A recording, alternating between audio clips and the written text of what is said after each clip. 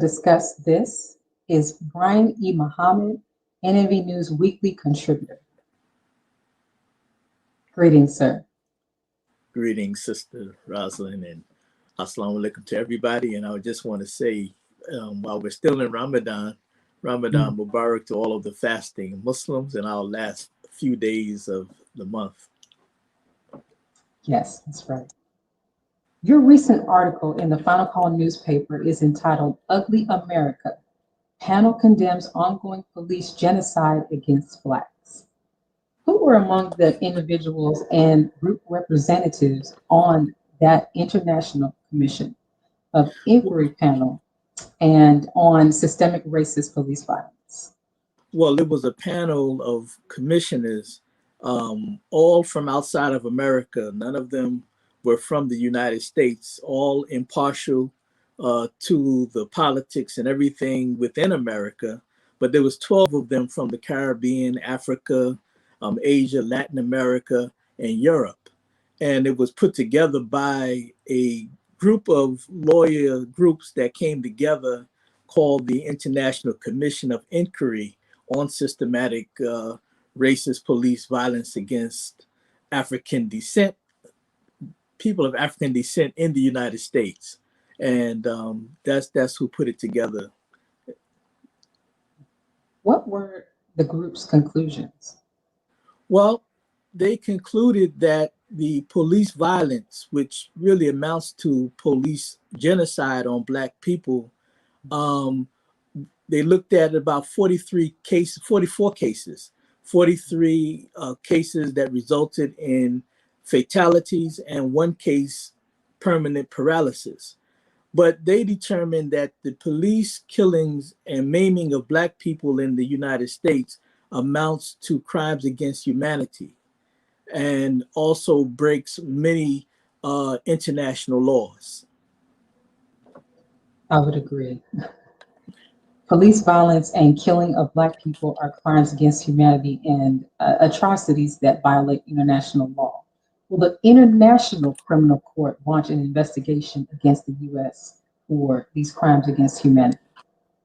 Well, it depends. You know, this is one of the things that the group have called for, the International Criminal Court to intervene and do an investigation and call the U.S. out on these atrocities.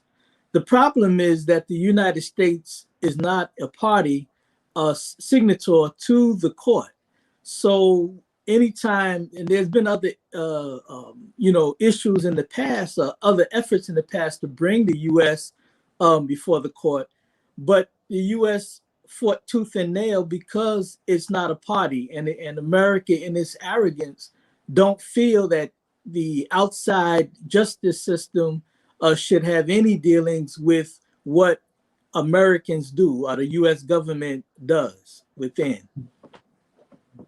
So it remains to be seen. Okay. Several family members of the victims of police killings were involved in a Zoom press conference. Who were some of the family members of that conference? Well, Gwen Carr, who was the mother of Eric Garner. If you remember, Eric Garner was choked to death in an illegal chokehold by New York City police. Philonise Floyd, the brother of George Floyd. And of course, we know that George Floyd's killing is the thing that sparked this international attention on the plight of Black people in America, where law enforcement is concerned. And the mother of Clinton Alexander, who died in Dallas at the hands of the Dallas police in 2013, Colette Flanagan. Can you speak to us about some of the things that they said about the U.S.'s systemic racism and the killings of our Black men and women? Sure. You know, Ms. Flanagan, really, to me, her remarks really stood out because she called it straight that America has a culture of systemic racism, you know, and that's deeply rooted in the police departments throughout the country. and she called for a robust international accountability. A mechanism that will support the efforts of eradicating and dismantling this system. And she feels like this group of lawyers felt that this has to be done outside of the borders of America because the justice system within has been a dismal failure. Even though there was this verdict with the killer, this murderous cop of George Floyd, that is truly the exception, not the rule in America. Right. Now, do you see the condemnation of America as a major human rights offender and breaker of international law as a step towards reparations for Black and Brown people who are victims of this genocide? That's a good question. I believe so. I believe that it's a step in the process to fight and gain global steam and support for reparatory justice. Because our people, we know the condition of our people from slavery. We know the negative outlook of life for many of our people because of that. And this only compounds it. The actions of so-called law enforcement on us, this killing field that they have formed on Black life. So yes, I believe that this report is a step in that will help, again, set the stage and set the case, not just in the United States, but set the case against the United States, but on the world stage. Now, can you speak to what exactly is the Rome Statute? And then why isn't the US a signatory of that statute? Well, the Rome Statute is a group of laws that the world community agreed to abide by, and the United States actually was part of the group of nations that put it together. But when the group of nations decided on principles that court, the International Criminal Court, can actually investigate its member states for crimes or alleged crimes against humanity, America backed up and said, we're not going for that because, again, America in its arrogant stance, this arrogance that it has always been from its inception, is saying that, no, we are the moral authority of the world. You don't judge us, we judge you. And so they backed up off of that. So they never ratified it. Now, they did things to support its existence, and they've even pushed other nations and leaders for the World Court to arrest and try in its hypocritical way. But when it came to America, America did everything possible not to be subjected to the International Court, which, again, it was a part of the founding nations of, you see. And so, and I'm going to tell you how far it goes. Last year, and over the last year and a half during the Trump administration, the prosecutor at the International Criminal Court wanted to investigate crimes against humanity perpetrated by U.S. military in Afghanistan and lands pertaining to that war in Afghanistan. They wanted to look at the military and members of the intelligence, the Central Intelligence Agency, the CIA. America didn't say, okay, come, let's talk about it. Let's see what we can do to accommodate if there was some wrongs done by our people.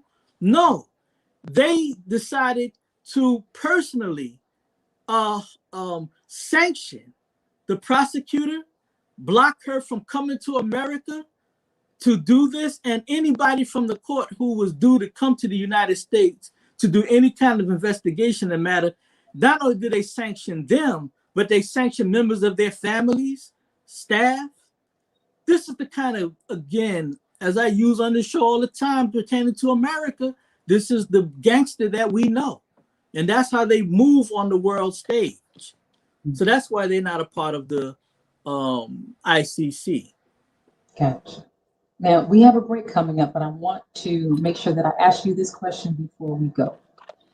Is the United States the proverbial fox guarding the hen house when it comes to human rights abuses? And is the current incident of police violence part of the U.S. colonialism and racist history of oppression and genocide perpetuated against Black and brown people? Oh, yes. It is the proverbial fox guarding the hen house. In fact, it's the fox financing the hen house. And so that's why any of the hens who may get bold enough to rise up, they think twice. That's why the UN is a toothless tiger when it comes to accountability of the US, because the US pumps so much money in, and it has this unyielding way of twisting the arm of other nations. So, you know, they are certainly like a fox in the hen house. And the second part of your question on that was give me that again, please. Yes. Are the current incidents of police violence part of the U.S. colonialism and racist history of oppression and genocide? Yes, definitely. You know, first of all, we have to recognize that is the good framework to deal with America on the international stage. For Black people to first recognize that we are a colonized and still a subjected people. And so whether we know that or not, we have to understand that in order to understand the role of law enforcement. White communities, law enforcement is to protect and serve. Black communities is to enforce the slave master paradigm and relationship that we have. It's to control and contain the slaves, just like it did. The police departments actually started in the slave catching days. That was part of empire, and to contain the slave and to keep that slave master relationship. And this is why you see this killing, again, turning America into a killing field at the hands of law enforcement, because that is how they view us. It's systemic. Right. So even though you have cops who may not think about Black people like that, but it is systemic in their departments and in their history. And it's the very institution of law enforcement in America. So yes, that's what it is. Thank you, Brother. I know we could listen to you talk about this all day. But thank you so much for your insight on this subject. I look forward to speaking with you again next week. Thank you. Thank you. Let's pause for announcements from our sponsors. When we return, Julius Tillery, a fifth-generation cotton farmer, will be on to talk about his business. We'll be right back. Be a part of the force that powers truth in journalism. Go to nnvnews.com/donate.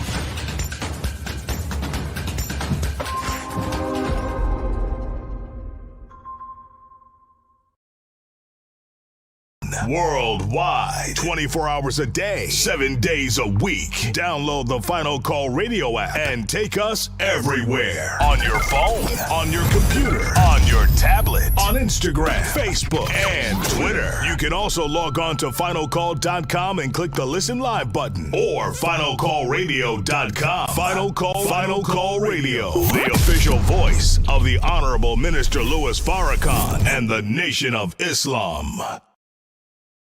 Please share your thoughts with us in the comment section below. Follow us on social media at NNV News, and please subscribe to our YouTube channel at National Network View. I am Anissa Muhammad with NNVnews.com.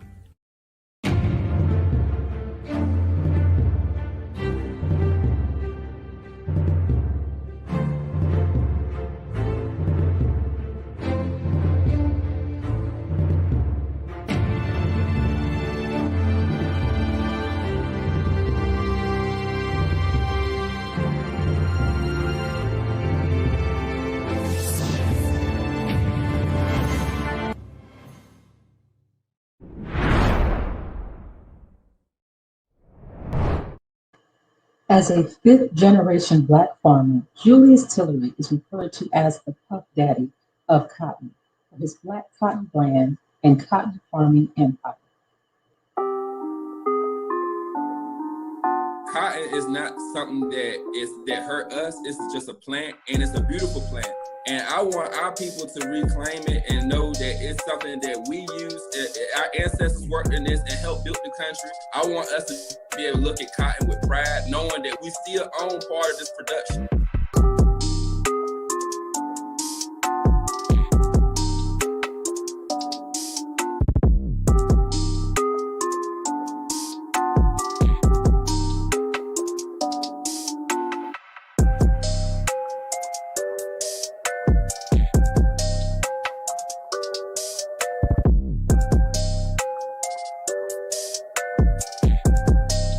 Most people, when they think about cotton, they think about negative aspects and not much money in it and really hard work. But I wanted to flip the perspective where we try to sell our products directly to people, and we try to uplift what's positive to come out of cotton. And the very first part of changing the way we looked at it is I didn't want it to come off as sad and oppressive. Joining us is Julius Tillery. Hey, everyone. We'll get right to it. As a fifth-generation farmer, what are some of the differences between farming these days and farming in the previous one or two generations? Well, one of the biggest difference between farming now and farming in the past two generations is the amount of science that's involved in regards to the biotech chemicals and the pesticides. It's more costly to be in the cotton business now than it's ever been. Cotton seeds, 50-pound bag costs you $600 a bag. When I was little, like in the 90s, it used to cost maybe less than $100 a bag. So the cost is more expensive, but there's more connectivity and more market opportunities because of the internet now. I'm sure my grandfather and father could never imagine the opportunities that are able now because of the internet. And keeping in mind our history, and as you mentioned in the clip, we have a negative connotation with cotton. Have you received any negative feedback when you decided to continue farming cotton this generation? Well, there are some people that when they look at cotton, they go think about the history of slavery and would wonder why a Black man would be in the cotton business. However, my family has been in the cotton business for 5 generations after slavery. So there's a long history behind cotton, and it's a way that we take care of our family. And cotton is an important crop to our community. So we wanted to be able to instill some pride in our community, knowing that Black people around us raise cotton, and the last few that's still raising cotton, we should be able to do it with pride, knowing that our community is behind us. Can you tell us about some of the products that you offer? Well, I create wreath products, home decor products. You can see some of the products behind me, but we make home decor that's made from raw cotton that's grown on our farm. So it's different than the cotton you would see in the stores like Michael's or Hobby Lobby. It's actually cotton that has steel seeds in it, so you know it's real. The stuff that you see in some of these craft stores, it's like glued together products. So all our products come from our family farm, grown in a Black community and probably produced by Black hands, because it's 99% of Black people live in our community. So this is a true, authentic Black American product. What's your most popular item? Our bouquets, just like a dozen roses, but it's actually cotton flowers. And we have this saying that Black cotton is the new rose because it's just as fashionable but lasts forever. Now, is there a community of Black cotton farmers that you connect with via the internet?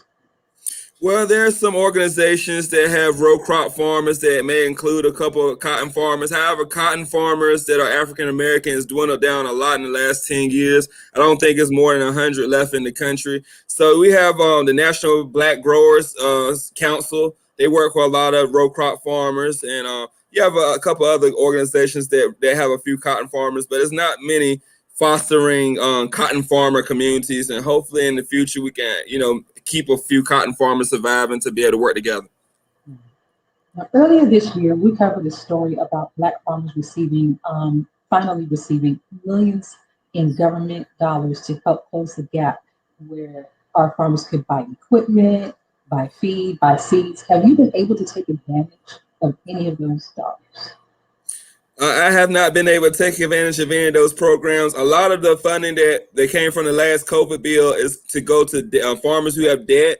And a lot of, multi-generational, traditional, conventional farmers, they try to avoid USDA farm loans. If you know about the Black farmers lawsuit against USDA. So I come from a traditional family farm where we try to avoid those types of loans. So a lot of farmers like myself really didn't benefit much from this. However, people who was able to get loans, a lot of new farmers that maybe was able to cash in on some of those loans, the political savvy people, they was able to be able to benefit a little bit more from it. But farmers typically like me didn't get much from it because we might had limited amount of loans access from the beginning. Okay. Now, speaking of COVID and the monies that were distributed as a result of it, we know that COVID definitely affected food crops. Did it affect you negatively with cotton? Well, during the COVID period, we've been in a trade war. So cotton prices was down, but from the economy, the cotton price has gone up just a little bit. But in regards to a workforce and working food crops, it's really hard to find people to be able to work, especially in the times we in right now. So it's kind of straining, farm labor is typically a low wage income industry, and people don't want to work for low wages anymore. So, and that's myself excluded. So it's been hard to, grow our supply chain in a time like this when workers is hard to find because of the COVID period. So I'm hoping that when COVID ends, we'll have more workforce available to try to help us grow the business. But we try to make sure that we take care of our workers in a proper way and paying them fair living wages. Now, on the farm, I'm sure it is huge. Do you have people wanting to come and visit or wanting to come and learn or demonstrations or classes on your farm? Absolutely. We're open for tours all the time. If you go to our website and there's a contact us section, send us a message, tell us who you are and where you're from, and we'll get back in contact with you and set up logistics for a tour.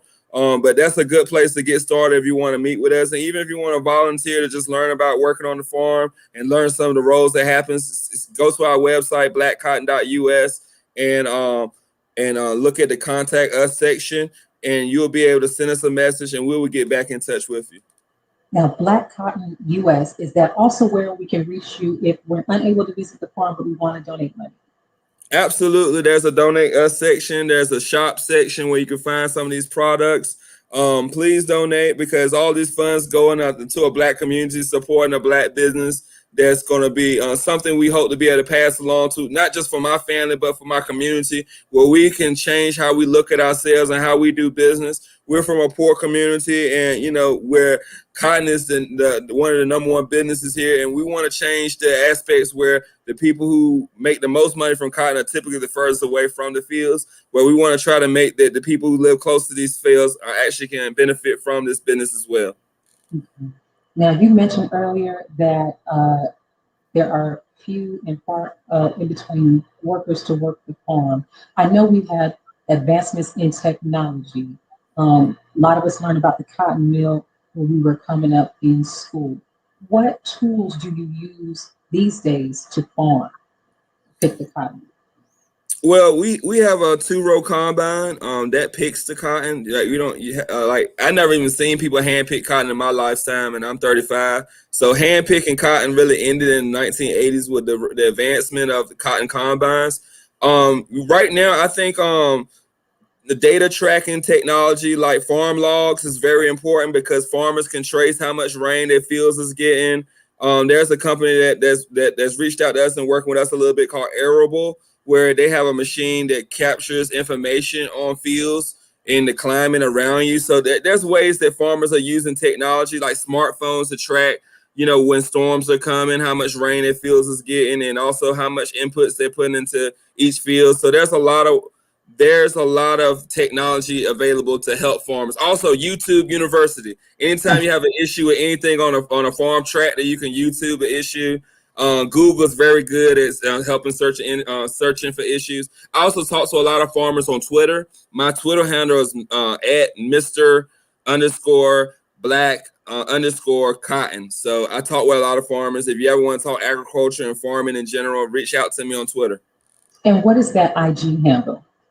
My IG handle, Instagram handle is at blackcotton.us. And that's where you can see the most of our farm story. You can see the planting, you can see the harvesting, you can see where we make products and where those products go all across the country. And we've sold products to over 40 states in the United States. So we're all across the nation in pretty much any major city. So please reach out to us, support us, and follow along and support what we call the #home team. Perfect. Thank you, Mr. Tillery, for joining us today and changing the narrative around cotton farming. Absolutely. Cotton is our culture. Yes, sir. Okay. Let's pause for announcements from our sponsors. Afterward, Vernon Muhammad will be on to give us an update on cryptocurrency. We'll be right back. Be a part of the force that powers truth in journalism. Your support helps to combat false media. Cash App NNV News. Greetings from National Network View. This week's Final Call cover story headline memorializes the late, great DMX. Last week, DMX's life was celebrated at the Barclays Center in Brooklyn. Large crowds gathered to honor the legend. They were there to remember a man who wasn't afraid to express his pain with the world. The Honorable Minister Louis Farrakhan spoke via Zoom to the large audience. He delivered words of comfort, wisdom, and guidance to everyone under the sound of his voice. DMX will live on. This FCM volume number 29 edition features the middle page article is a transcript of what the Honorable Minister Louis Farrakhan said at the memorial. To read more, subscribe to finalcalldigital.com. and tune in to the all-new Final Call Radio. This is the NNVnews.com Final Call cover report. This is Sister Sajda Muhammad. We are proud to announce that the Sajda House commemorative Elijah coins are finally here. This priceless heirloom, made from recycled copper from the messenger's home, is now available at sajdahouse.com. Please make sure you leave your comments and questions in the comment section below. Follow us on Facebook, National Network View, and make sure to check us out on Twitter as well, National Network View. This is Sergio Gutierrez with National Network View, signing off.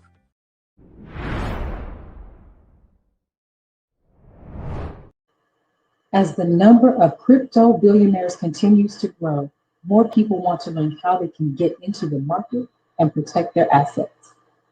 But the big story in crypto land, Ethereum, the cryptocurrency surging nearly 11% today to an all-time high. It is now well above 3,000 thanks to the NFT craze and all the transactions. It's all about the network effect. It's all about the transactions that take place. $1.5 trillion in transactions in the first quarter alone, which is more than the 7 prior quarters combined, Tim. It is amazing. So the validation for Ethereum is front and center, and whether it's the numbers you're talking about, whether it's 7 million new Ethereum addresses now to 55 million, whether it's the EIB issuing $200 million of bonds on an Ethereum network. There's no question that there is use case, whereas I think people have questioned what a lot of digital tokens or altcoins and whatnot could be used for. There's no question about what this could be used for. So, this is, to me, for the skeptics out there, this is such an easier story to get behind. Joining us to discuss more on cryptocurrency is Vernon Muhammad. Greetings, sir. Greetings. All right. What's new on the blockchain? There's quite a bit that's been going on over the last week or so. Everybody, of course, is paying attention to Ethereum. It's hit an all-time high. And as the questions were asked in that, how do people access the market? How do people get Bitcoin? How do they get Ethereum? How do they get into the cryptocurrency space? There's a lot of good information that's out there. There's a lot of bad information as well. So I'm hoping in our conversation we can kind of shed some light on that. A couple of other things highlight the head of the Ethereum network. A young man became the first or the youngest billionaire in the world. 27-year-old man named Vitalik Buterin, who founded Ethereum, basically became a billionaire because of all the activity and all the usefulness of that technology, the Ethereum blockchain. So you have that going on. You also have, as they mentioned, I think they were saying that there's $1.5 trillion of transactions. It crossed over the $2 trillion mark. So all around the world,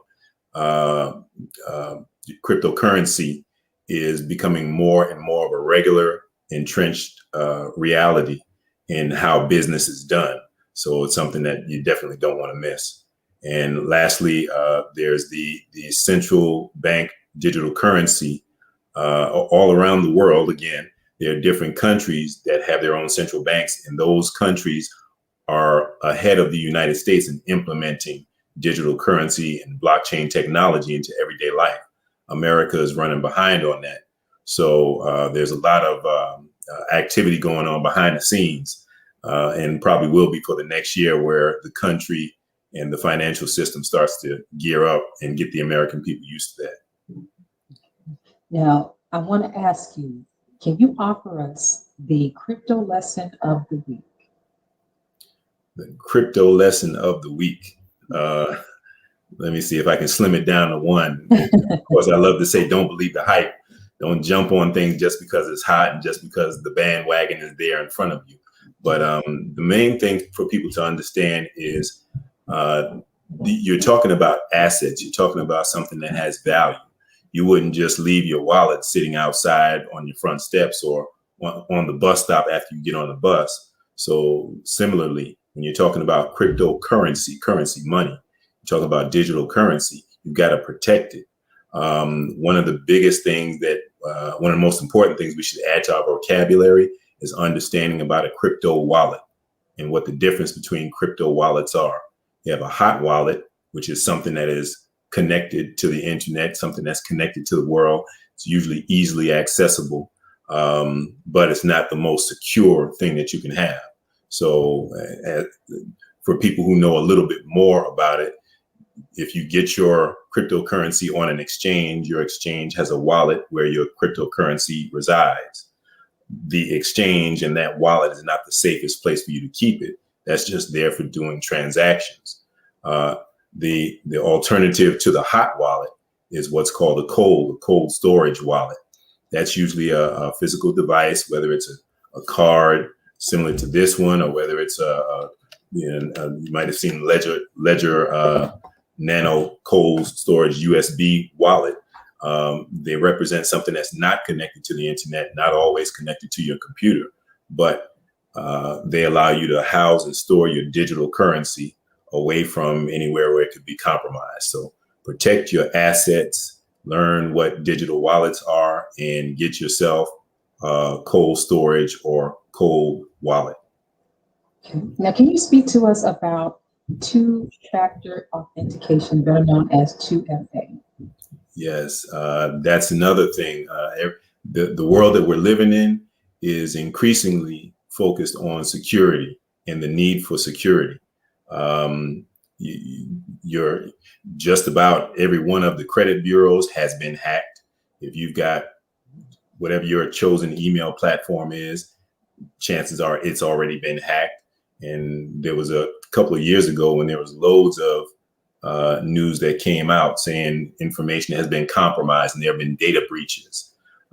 Two-factor authentication allows you to put an extra layer of protection on the things that you have to access by signing in with your password or with a PIN number. All it basically is, or the most common form of it is if you were to sign in to an account, it would send a text message to your cell phone, and you would have to put in the PIN number that's sent to your cell phone so that you can access the account that you log into. Or what's even better than that, there's something called Google Authenticator, which after you would log in, you have this app on your phone called Google Authenticator, which puts this 6-digit code that changes every 20 seconds. So if someone happened to breach your account or hack your account and log in, unless they have your phone, unless they see the particular numbers that is displaying for that 20-second window, there's no way for them to get in. So instead of just one factor, you have two things that you have to go through to get access.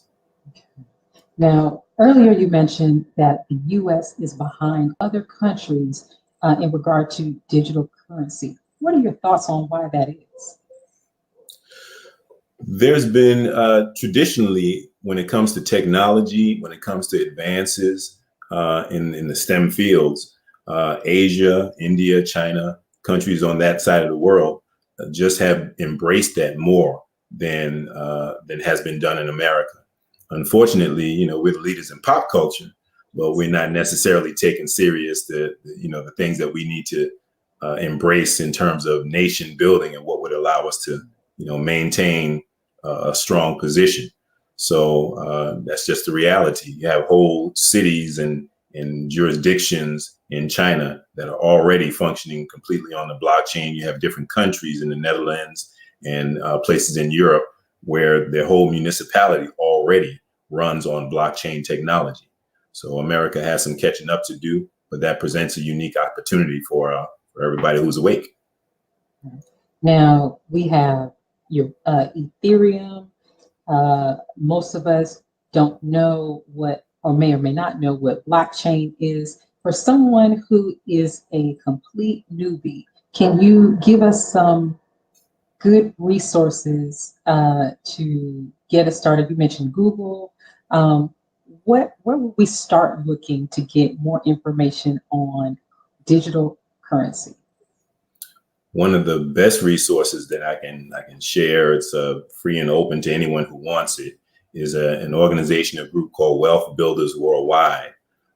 They actually gather together people all around the world and specifically have those conversations for newbies, for people who've never heard of this before and don't necessarily know where the pitfalls are and where the opportunities lie. So interestingly enough, right after this program, there's going to be a live presentation that Wealth Builders Worldwide is giving. And that's all on my social media platforms. And we can give that at the end. But anything that deals with, as I was saying, security, making sure that you're accessing cryptocurrency from the proper platforms and you're going about it the right way, can be covered by going to that group. Now, before we close out today and we tune over into that program, can you give us just a few tidbits on what are the opportunities in the blockchain arena and how do we take advantage of them? Excellent question. I was just in a conversation before getting on with you about how blockchain technology represents at least 10 different potentially $1 trillion industries. Again, the whole world is moving in this direction. So when you think of markets, when you think of business, don't just think of what's going on in America, but various industries. Just to give some popular ones, you hear people talking about NFTs. Okay, you know that we are the kings and queens of creativity. Okay, and everyone else has benefited off of our creativity in many instances, but us. NFTs give creative people an opportunity to be their natural selves and reap all the rewards that come from their own creativity. And the platforms that I'm talking about will allow for the novice to learn how to make that transition. So instead of just focusing on art and creativity, you got the business of art and how you can make it benefit yourself. There's also decentralized finance. We all know about banks. We know about savings account. You put your money in a bank and the bank makes lots of money. You don't make very much off of it. Decentralized finance is leveling the playing field so that you get a much, much greater return on your money and much greater protections and growth out of your assets. So there's loads of information like that. I tell people go directly to the sites that I recommend. There's goldmasterplan.info. Again, you can look for wealthbuildersworldwide.net, and make sure you join me on this program that we're doing right after this one here. All right, Wealth Builders Worldwide.net. Thank you. Exactly. All right. And goldmasterplan.info. Yes. I appreciate you joining us today. This has been an informative segment, so I look forward to having you back on the show to discuss more about cryptocurrency. Thank you. Look forward to it. Yes, sir. Thank you for joining us today and tuning into National Network View News. Please share your thoughts with us in the comment section below. Follow us on social media at NNV News, and please subscribe to our YouTube channel, NNV News. This is Rosalind Parks with National Network View News. Good night. Be a part of the force that powers truth in journalism. Go to nnvnews.com/donate.